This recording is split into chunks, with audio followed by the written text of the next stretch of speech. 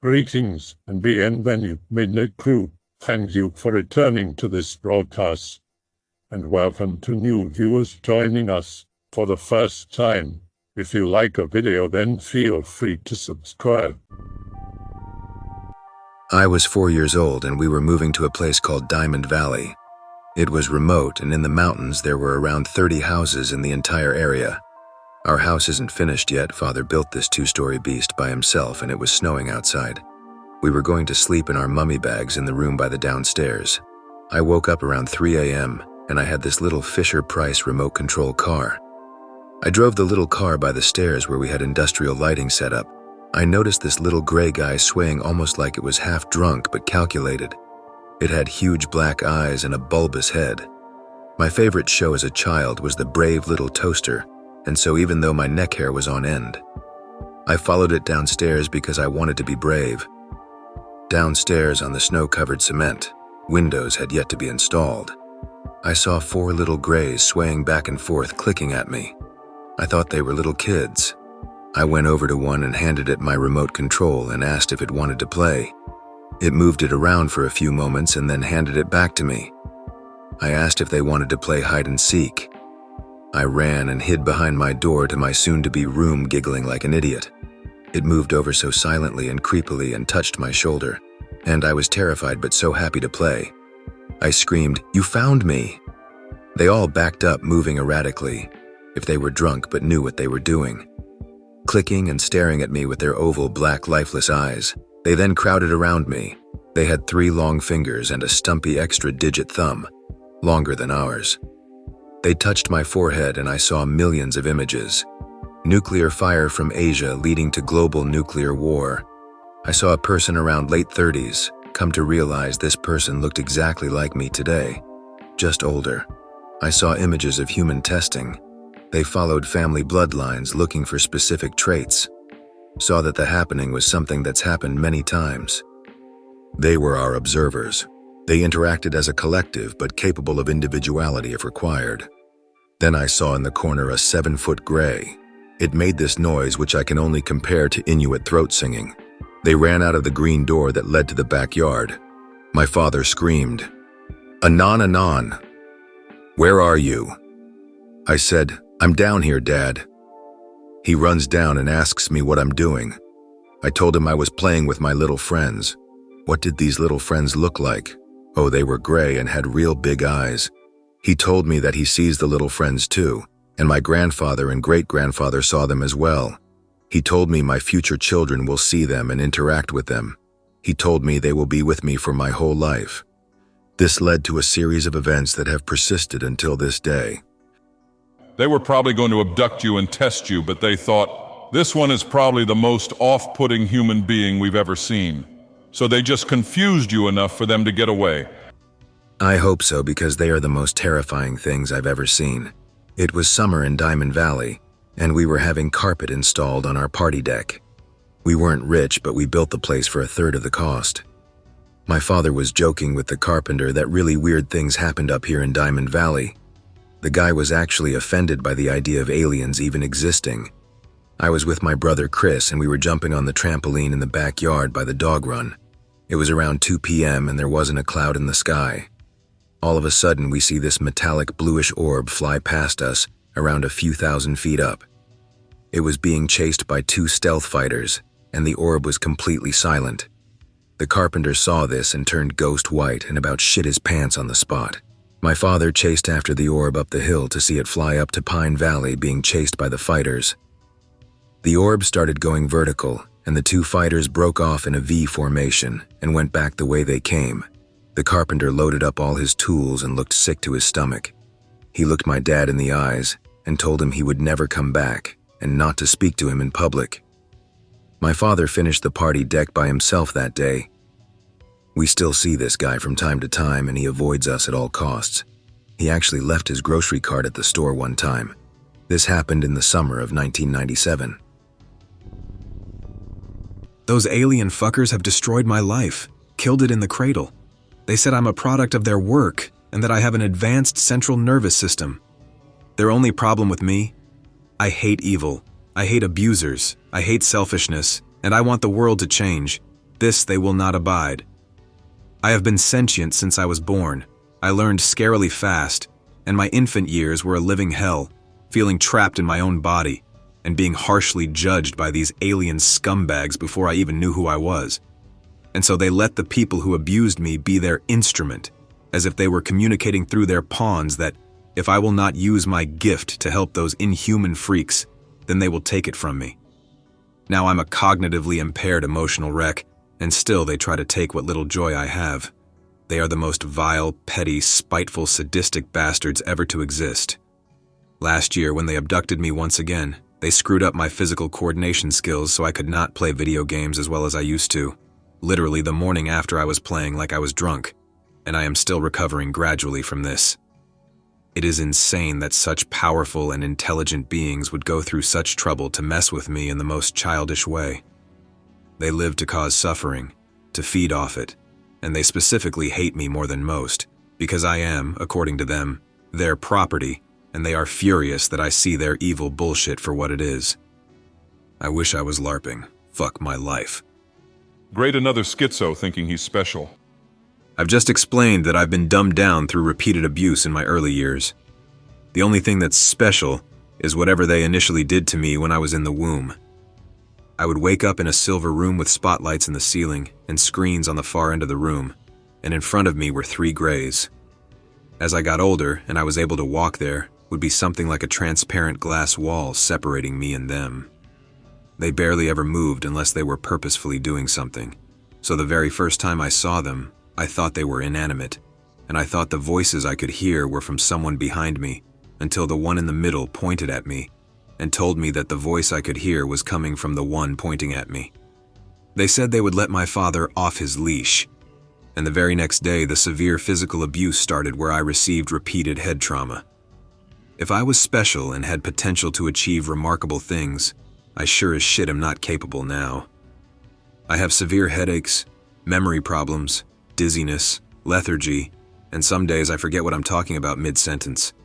The only reason I know that I was different at all is because I remember long-term events from my childhood, especially after I stopped repressing shit. Yeah, real fucking special. I don't want this life. I don't want to be me. On the night of November 11th, 2013, I was standing on my balcony at around 2:30 to 3 in the morning. I usually go out there around that time each night just to look at the stars for a few minutes before going to bed.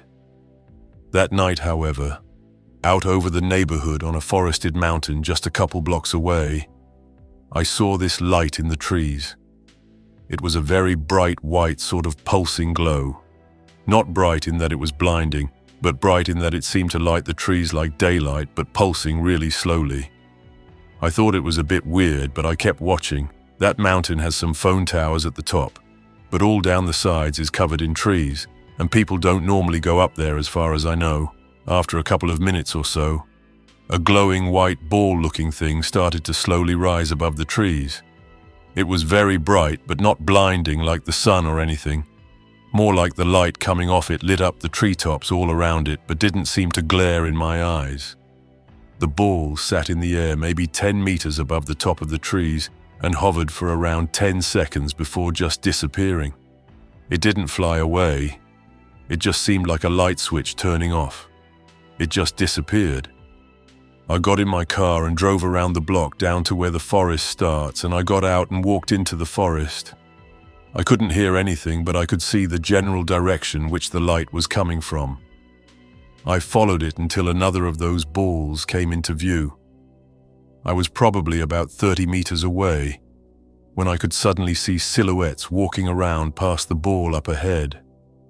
I tried to get closer, but I couldn't will myself to move. A really kind-sounding voice from behind me said, "Do not be afraid." And then suddenly I was able to move again, which caused me to fall face first into the ground. I rolled over, and standing over me was a very tall man with long white blonde hair and very pale skin, wearing what looked like a white onesie, all fluffy looking. He looked like an albino, or like those guys off the second Matrix movie who were albinos. He leaned over and helped me up, and that's when I noticed something really freaky. On either side of his neck was a small but long slit that moved when he breathed. It kind of looked like gills on a fish, but it was just one slit on each side. This man helped me up off the ground and led me over to where this floating ball was. Around this ball were several smallish people wearing black hooded robes and holding long metal rods, sort of like a staff or walking stick. They sort of reminded me of grim reapers with a walking stick instead of a scythe. The man was calming, yet he looked really freaky, especially the gill things he had. The hooded people never showed their faces, which was pretty scary looking. Made me think it was some sort of satanic cult or something. But the tall man was able to paralyze me without touching me at all. And I don't know how he did that. Aliens have been fucking with us for ages. 4-hour exchange between George Knapp and Tom DeLonge. Here's all the stuff I thought seemed important enough to write down. Hour 1. Tom DeLonge talks about a personal experience he had while camping in the desert with an unnamed ufologist who developed a certain method to summon UFOs through a meditation protocol. During the night, he and another guy in the tent with him were woken up in sleep paralysis by a multitude of voices talking all around the tent. Somehow they went back to sleep after being artificially convinced that nothing weird was happening. They corroborated their stories the next day. Later on, he stumbled upon a book on Jeremy Corbell's Instagram, Operation Trojan Horse by John Keel, 1970, where a similar occurrence is described. This leads to an explanation that part of what makes the phenomenon more complex than little green men and flying saucers is that what we call the occult is involved. He talks about politicians and their statements about releasing UFO files. We're in a transition here with this topic, and very big things are about to happen. According to him, the issue will affect cosmology and religion. We're also going to be shown scientific breakthroughs that will seem like magic to people, relationships with countries we're not supposed to have relationships with, and defense systems that we've been building secretly with enormous amounts of money for a very long time. Tom DeLonge praises the government for building space defenses in secret, and says the young people would probably appreciate it too if they knew. He believes that when people learn about the secret spending, there could be an uproar. But he also believes that if the truth comes out, people will be thankful to have those defenses.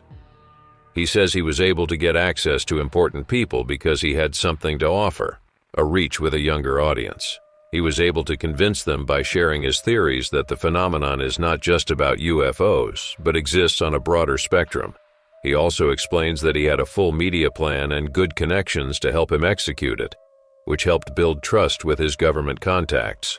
He says before making media appearances, he was coached to give interviews without divulging certain information. His contacts even set up a fake Newsweek interview, so they could analyze his answers and give him feedback before he gives a real interview. Hour 2. The contents of Secret Machines is mostly about the subjective human experience of UFO ET contact, including the perspective of people sworn to secrecy. Note, he's talking about the fiction series that started with Chasing Shadows, not the non-fiction series of books. Frankly, the stuff I've gotten over the past 2 months that we're going to be putting in Book 2 is some pretty scary stuff. Tom DeLonge would regularly send manuscripts to be approved by his government contacts. He says he doesn't yet have all the information that will go into future books. He knows on a macro level, but he's waiting to learn more progressively. With Book 2, we're going to get into the oceans, viruses. Seems to imply that viruses have an otherworldly origin, or were cultivated by otherworldly beings. Knapp talks, DeLonge acquiesces. Due to the way the secrecy is structured, the number of people who actually have an understanding of the big picture can be counted on the fingers of one hand. There is no entity called the government. UFO secrecy is controlled by a complex apparatus that also involves private money. When asked if the tactic of involving private companies in UFO research is a way for the government to escape FOIA, Tom DeLonge confirms that one of the threads that has been going on for a very long time is that when the first crashes happened, we pooled together intelligence, military, and private industry to get the brightest minds on the question, what do we do and how do we attack this? They've been using private companies or even publicly traded companies. They keep the secret information protected through organizations that are non-governmental. Private companies working under the purview of the Department of Defense are developing their own crafts, but what they're building, they don't really own. DeLonge says he's been advised by top scientists who work 9 months out of the year at Area 51 Inches, who have explained to him how the government uses private companies to maintain the UFO cover-up. They may be building things that truly have anti-gravity, but they don't own it, even though it's theirs, kind of. They're developing things on their company's behalf, but they're using government land. It's convoluted. It's an interesting dance, in Knapp's words. Using Delonge as a proxy for the message gives the government contacts this plausible deniability angle, where they can say it's fiction, even though they provided the information themselves. Delonge tells a story about how an upcoming teaser will have a silhouetted person speaking to the camera, an engineer or person who worked at Area 51 for decades. This person told him, off camera, "If someone drives up to you and tells you to get in the car, don't get in the car." He seemed very agitated and said something to the effect of, "You're playing with some really serious shit." On the topic of why this guy, why Delonge, he insisted on telling the entire story. There was an opportunity for him to go to a rare company celebration for employees undertaking secret government technology contracts. He knew exactly who these people were and what they did. I assume he means propulsion and weapons research. He talked to people there and pitched everyone his idea about reversing people's attitudes towards the military-industrial complex. He didn't mention UFOs at first, but people seemed interested and he managed to get other meetings. One of the meetings took him to a concrete bunker in the middle of the desert, where he had to get through various security checkpoints to reach the workplace of 3 engineers working on top-secret tech, where he pitched them his ideas. Towards the end of the meeting, he specifically described the Secret Machines project.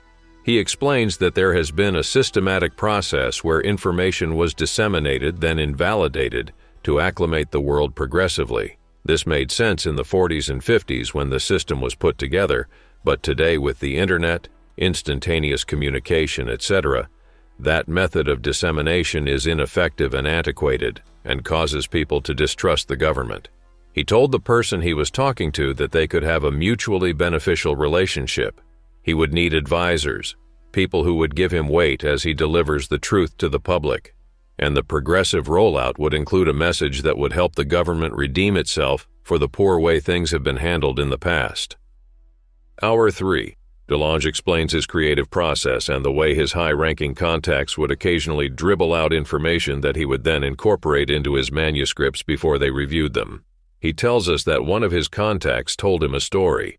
In the middle of the Cold War, around a time when people believed nuclear war could break out at any moment, they found a life form. He associated several incidents with this life form, or its species, incidents during which nuclear missiles were turned on and put into launch conditions. His source reportedly said, "There are heroes in Russia," in relation to these incidents, referring to Russian officers who decided not to retaliate in response to what looked like U.S. escalation. Finding the life form had a radical effect, like something that fell into the world's lap in the midst of increasing nuclear tensions, and changed the course of history. This extraordinary contact is a very high-ranking person with multiple PhDs, but his identity cannot be revealed. Delonge asked his contact to find him a group of advisors, which he did. He got experts on space, intelligence, and even bioweapons. Delonge says he was able to pull off a sort of coup by getting this group working together, like flipping a switch on the way things are done and going the multidisciplinary route. The reason for the secrecy is not that they're maliciously hiding the truth. It's because it's an ongoing task, an ongoing issue. They don't fully understand it yet, which is why they're pouring so much money into it. They keep having breakthroughs that we should be extremely proud of as a nation. He says his project is not about convincing people that the phenomenon is real. It's about explaining why it's been kept secret and why it was a good thing. The secret shadow government idea that was painted through things such as the MJ-12 documents was not exactly accurate. In reality, things are more fragmented. There are groups in the military doing R&D, analyzing intelligence. The NRO analyzes the entire electromagnetic spectrum of space, and they'll see things buzzing around and doing stuff. They then brainstorm ways to defend against those capabilities and produce new technology in the process. Investigators are also interviewing abductees and looking at cattle mutilations. It's actually a very, very small group of people at the top putting it all together. Delonge asked his contact if anyone was standing back to look at the big picture, since there are so many different phenomena being reported and investigated. The answer he received was a negative. It's just a grab bag of scientists and no one's looking at the big picture. He believes that a lot of evidence was gathered in the 20s, 30s, and 40s, but much of what was recovered was completely out of reach. He says we don't have some kind of overbearing MJ-12 program. Rather, it's several disjointed specialized programs. Delonge asked for someone from the DIA to get some help on portraying the way crashes were handled. He was told he didn't need to, because the people with all the info were in the room with him already. He only realized after the fact that he had been working with major decision makers in relation to the UFO subject. Regarding the existence of a MJ-12-like group, he says he hasn't actually asked if a group exists or how many members it might have. The people Delonge is dealing with are not counterintelligence people. They're space intelligence, but he doesn't want to state what they are exactly. Everything Delonge releases is released with permission. Plausible deniability is the way it's always done so as not to scare people. Things like the Roswell crash always have a cover story to leave open the possibility that the event might not have been real. This allows people to mentally process the events and not let it affect their lives. He believes revealing the truth will draw people towards space. He says we'll have a comprehensive space program that is part defense, part exploration, and that people will want to get involved, exactly like when more people started joining the Army directly after 9/11s. When people know the stakes, they'll want to be a part of it. Yes, we have cracked gravity and we are building machinery that has anti-gravity. And yes, I was told that it's a big deal. The exact term that is used by Delonge's government contacts is the others. It's not the phenomenon, it's not aliens. The way it was explained to him is that they are gods with a little g. The entire UFO phenomenon is about multiple gods that fight amongst themselves and by design factionalize mankind into different religions to step back and let us fight each other because it has other things it wants to accomplish, and we don't notice them because we're too involved in fighting each other. Our government knows that. It knows that the others are instigating wars among mankind. He goes on to say that if you look at the stories of gods coming down to Earth and performing various feats, it's all true. The government is very aware that this intelligence is pinning different countries against each other based on religion on purpose, and it's a scary scenario. It's a multiple front war that we're fighting because we have to worry about each other, and we also have to think of the others. The reason for the secrecy is we don't want everyone knowing our vulnerabilities, and we don't want everyone knowing about the advancements we've made to protect everybody against multiple adversaries. Intelligence agencies have also been trying to figure out who is being manipulated as a country more than the others. He suggests that when Bush named different countries as an axis of evil, that was the government making a blanket statement that they're really concerned about these areas. The others, by design or maybe by accident, happen to crash very advanced pieces of technology in the country's borders so they can make better weapons to fight bigger wars. And we're not the only ones that have had a crash. When we make big statements about North Korea, about Iran, or about China, it's because we are aware that those places are being manipulated and have very advanced technologies now.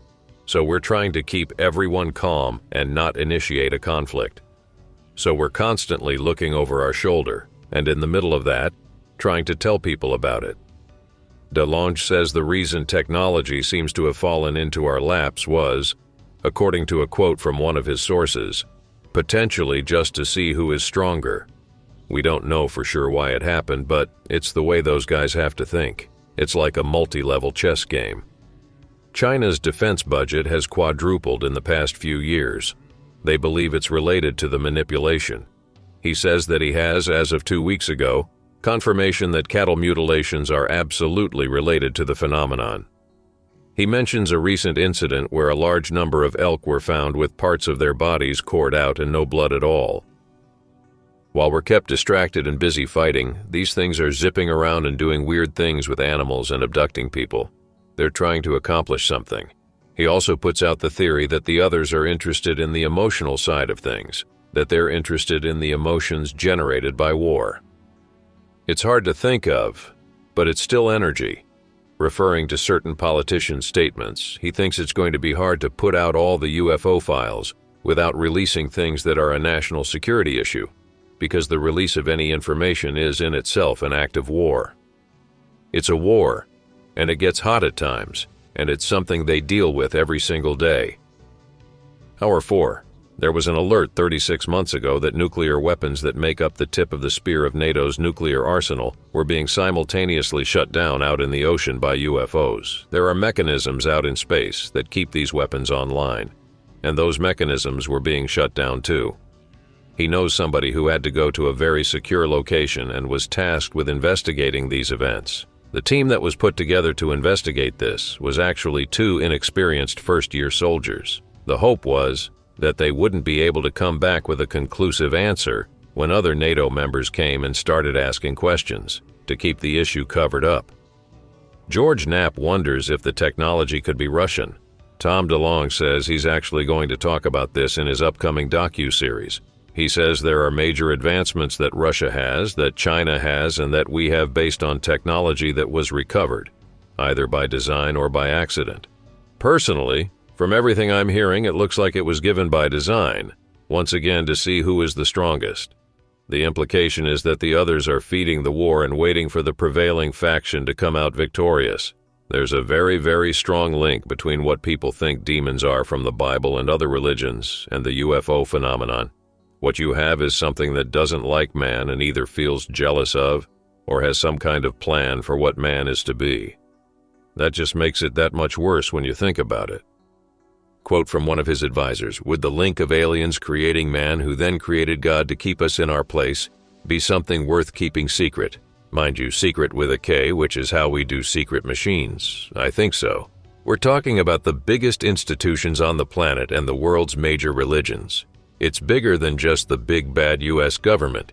And going back to the Greeks and including Russians and Germans make it sufficiently global across centuries.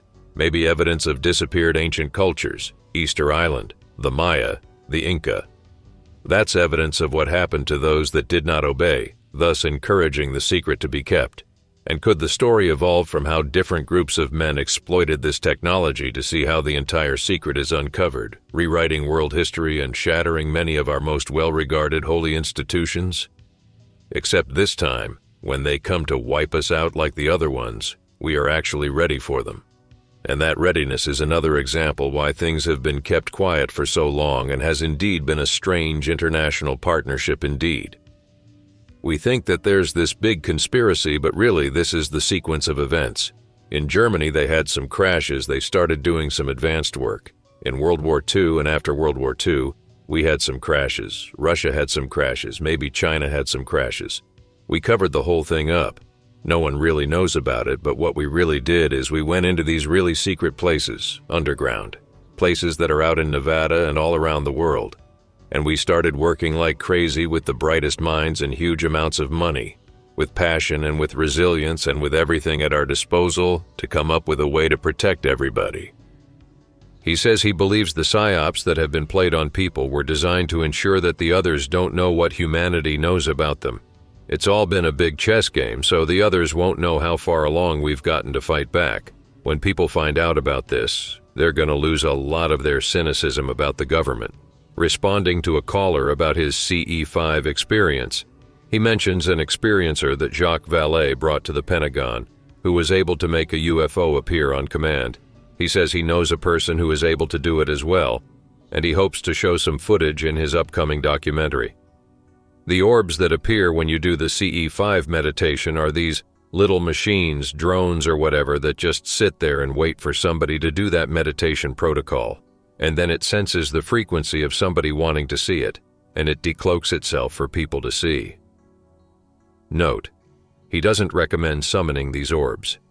DeLonge says he asked his advisors if consciousness has a relationship to gravity. He doesn't state what the answer is, but he mentions something about the detection of gravitational waves that was recently in the press. His advisors told him this breakthrough would open doors for him. Reagan's SDI was related to the effort to build defenses underground. There are good gods and bad gods, and their interactions have been well documented throughout history. He says he has detailed documentation on different figures from Sumer and ancient Greece that communicated with these gods. Currently, there are 3 main monotheistic faiths, and the rivalry between them is by design. Humans have a tendency to gather religiously as long as there is a priestly class, meaning people will join religions as long as there is a leader or hero figure to follow. Delonge and his group want to warn the world not to fall for the deception. TLDR. Government is actually good. Epic plot twist. All they do is to protect people. Alien bad, but not all bad. Some good. But they make experiments with humans, give us religions, and they want to see who's stronger. Some kind of natural selection. They are trying to do something by abducting people and animals and the mutilations, but it's not known what. They give humans technology to escalate our wars because they are interested in seeing how we react. As a personal note, I disagree with the idea that any of the world powers are just noble heroes that want peace and do everything for the good of their people. There's too many things that proves it otherwise. Plus the image that Delonge is trying to give of the world governments gives serious pro-New World Order vibes. On the other hand, the government is known for revealing truths in half. Maybe some of what he says is truth. I personally think it's a LARP, and that Delonge is LARPing too. But throwaway alien dude said the aliens were interested in us, since we were some of the few species in the entire galaxy or universe that had things like religion, and they want to find out if either we are a mistake or we are the center of everything. So it would make sense that to experiment with us, they would artificially accelerate natural selection on us. Contradictory, I know. Using religion as its basis, and focusing especially on our development of religion, since our sense of religion is what they really are interested in.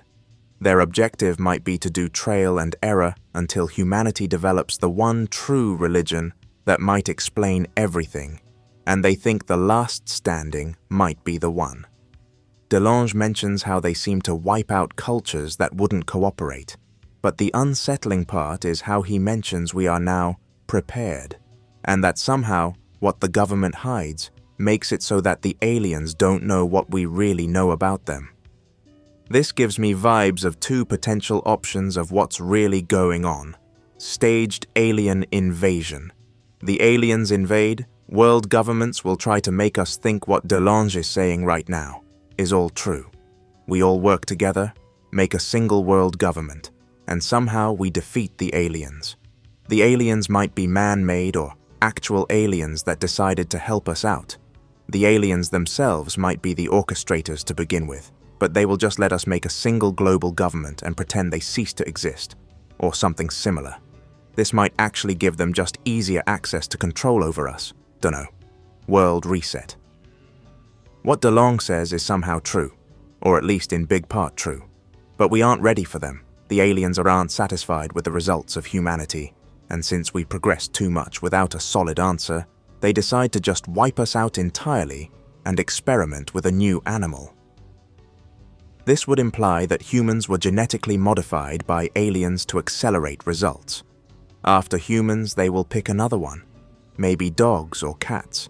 Maybe a brand new one.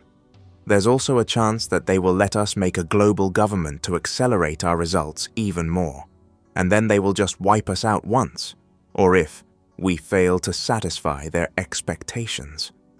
There's no way the world governments are doing all this for purely virtuous reasons. They are in contact with the aliens, and the aliens know everything that humans know about them. What I mean is that, if true, they are planning all this together. People in power always wanted methods to stay in power and gain more power over their people. The possession of privileged knowledge is power in itself. It was always about power. If they hide something from the people, it is because keeping it to themselves gives more power over them.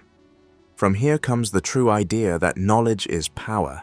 An alien invasion that triggers a global government with extreme security and surveillance measures many leagues beyond what 9/11 triggered would be the epitome of this ancient battle for knowledge, for power. As for why the aliens would be interested in helping human leaders govern their people with full control, Well, experimentation, obviously. Or, in the best-case scenario, they think this is the best way to integrate us into their galactic affairs, which is pretty fucked up since it means many people had to die thinking they were fighting an actual invasion, and the people left alive will never actually know it was fake, but it implies that it was something necessary, and I can kinda see why it would be the case. To make a comparison, for those that played Half-Life 2, you might know about the Combine and how they supposedly wouldn't fully integrate humans into their real intergalactic empire until all humans became fully submissive and could live without their instincts and customs, and until then, humans should be forced into a totalitarian world government. It's worth mentioning that in the game, the Combine never showed any sign that they would actually fulfill their promises if humans met the criteria, since it seems they were letting humans just die of old age or other causes without the ability to reproduce. In the game, humanity accepted the Combine's proposition purely for survival, because otherwise the Combine would have eradicated all the relatively few humans left in a snap. Maybe what's happening in reality is somewhat similar. This doesn't seem factual to me entirely. Something about this whole description he gives seems off and doesn't convince me. I think what's most off-putting is that the gods use technology and crash-land it for us to discover, as a means to start wars with other countries. Since when does a god need technology? And even if they actually did, what reason should I or anyone believe that tech they handed out to humans is anywhere near capable, even with improvements thanks to scientists and stuff, of taking them on? Why would we even want to take them on? Taking on a god, let alone a whole pantheon, would be very dumb. Even if we could defeat them all, the amount of damage our planet would sustain from such a battle would be extreme. And that's not even getting into the whole possibility that the gods maintain nature, which already barely keeps this world hanging on by a thread. Viruses likely were what led to the advancement of human consciousness and development. I personally think all macro-level evolutionary changes were the intentional result of viruses, and extinctions by meteorites, missiles, or crafts are potentially related. Think if you wanted to wipe out only certain bad genes found in a given population of animals, well, a viral bomb would be perfect. The added benefit being that those genetically selected by you to survive could also receive the new genes you want rearranged or spliced in. This may explain some recessive traits which appear to be the result of multiple altered sequences. The weirdest part comes into play when you factor in what we understand about parasites, viruses, fungi, and bacteria. When in a host environment, they seem to be able to neurologically and hormonally alter their host. They can even act in a sort of hive mind. The microfauna in your stomach and intestines have even been shown to interact with hormone groups and nerve clusters around them to alter mood and create cravings for sugars and certain chemicals. Let's hypothetically say there is a race of ETs, even spiritual or interdimensional beings, and they wanted us to not fear them and influence our thoughts or actions or make us docile. The best way for them to do this unseen would be with a virus or similar infection. Hell, what if they are so advanced or biologically different that their consciousness cannot have a physical body on our plane or planet, that they need a host not unlike a parasite? Maybe then creating or using pathogens to prep a host planet is the actual invasion. I like theorizing about what aliens could be and how they defy physics, seemingly are occult, and can even in some cases allegedly affect dreams, thoughts, memory, time, and space.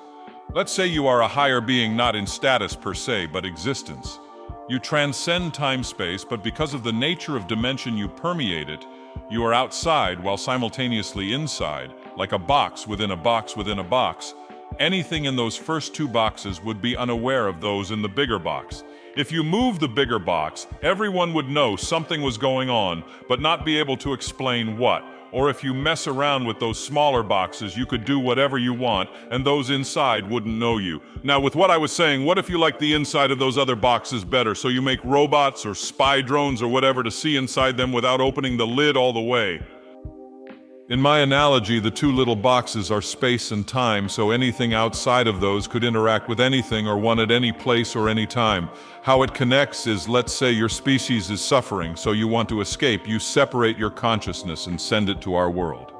Now, you need a physical form. You can't create matter, but you can alter it. Essentially, as an electrical or energy being, all you can potentially manipulate at first is the electrons. So you influence things at an atomic level. You transmute matter until it suits your goals. You see a body that would be perfect to host your species and alter it by changing around the structure of smaller life to affect it. So, aliens make a virus to steal human hosts. Scary thought is, what if they already did right? Why are we the only animals with conscious thought or sentience? What if we are the spirits trapped in flesh and mind prisons like the ego? I mean, that's literally Hinduism and Buddhism. Shit's a bit schizo, but food for thought. I hope that you enjoyed tonight's broadcast. If you enjoyed tonight's story, then please subscribe to the channel, as more green texts will appear daily. A new broadcast will appear when the clock strikes midnight Central Time.